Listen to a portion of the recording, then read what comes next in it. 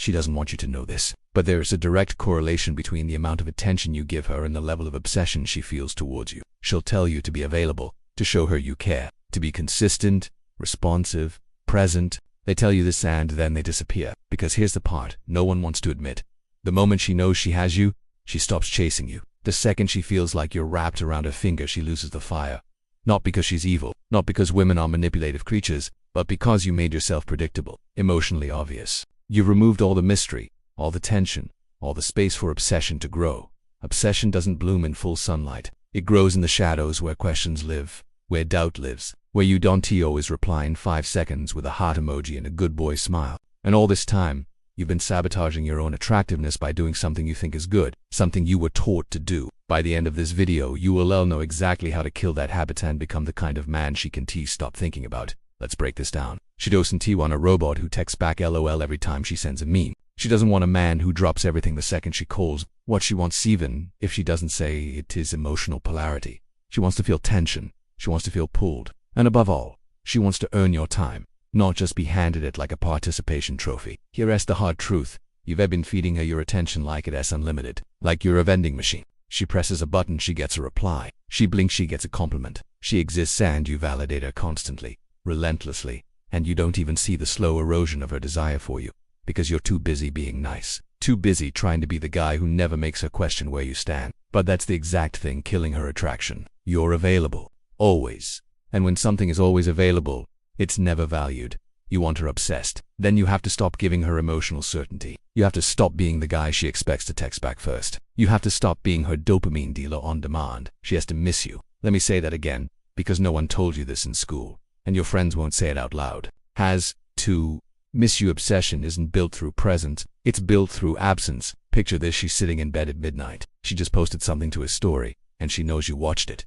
But you didn't reply, you didn't like it, you didn't validate it. Now there's a vacuum of silence, and her brain starts working overtime to fill it. Did I say something wrong? Did he lose interest? Who's he with? That right there, that's where obsession starts. In uncertainty, in the unknown, in the gap between expectation and reality. It doesn't start when you send good morning every day without fail. That's routine. That's dull. That's emotional white noise. And here's what makes it worse. The more you text, the less she thinks. The more you chase, the less she fancies. You've replaced imagination with information. And imagination is where obsession lives. You've probably noticed it yourself. The girl who doesn't text you much, who takes a day to reply, who seems just slightly out of reach. That's the one you think about. That's the one who gets under your skin, not the one who sends you paragraphs every night telling you how grateful she is. So why are you doing the opposite? Because you were told that communication is key, that girls love attention, that being available is respectful. And sure, all of those can be partly true, but only when they're earned. Only when they're delivered in scarcity. Too much communication becomes noise. Too much attention becomes desperation. Too much availability becomes weakness. You've been overdosing her on emotional certainty, and that overdose kills attraction. This one habit, this addiction to constant contact, instant response, 24/7 validation, it's the thing you need to break, cold turkey. Because the second you stop texting her good morning out of obligation, the second you stop liking every post, the second you stop giving her a response every time she drops a breadcrumb, that's when she starts thinking about you again.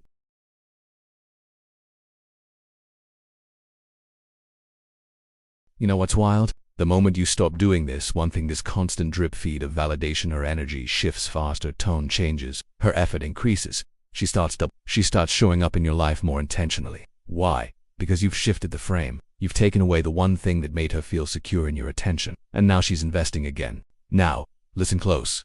This is crucial. You've got to hold the tension. Hold the silence. Let her feel it. Don't jump in to save her from herself. Don't rush to reassure her. Don't make it easy for her to pull you back in. She has to earn her way back in. She has to work for your attention. She has to fight for your presence. And if that sounds cold or heartless, it's not. It's realistic. It's honest. And it's the fastest way to weed out the girls who aren't invested in you. You want to know the ultimate test? When you stop responding, does she check in? Does she ask if you're okay? Does she actually care whether you're still there? If the answer is no, if she doesn't give a damn, then you dodged a bullet. My brother, you dodged a damn bullet. Bottom line, obsession isn't built by always being there. It's built by being missed. If she doesn't miss you, if she doesn't notice your silence, if she doesn't come back with a little fire in her tone, then she never really wanted you. She wanted the version of you who bent over backwards. She wanted the attention, not the man. She wanted the feeling, not the person.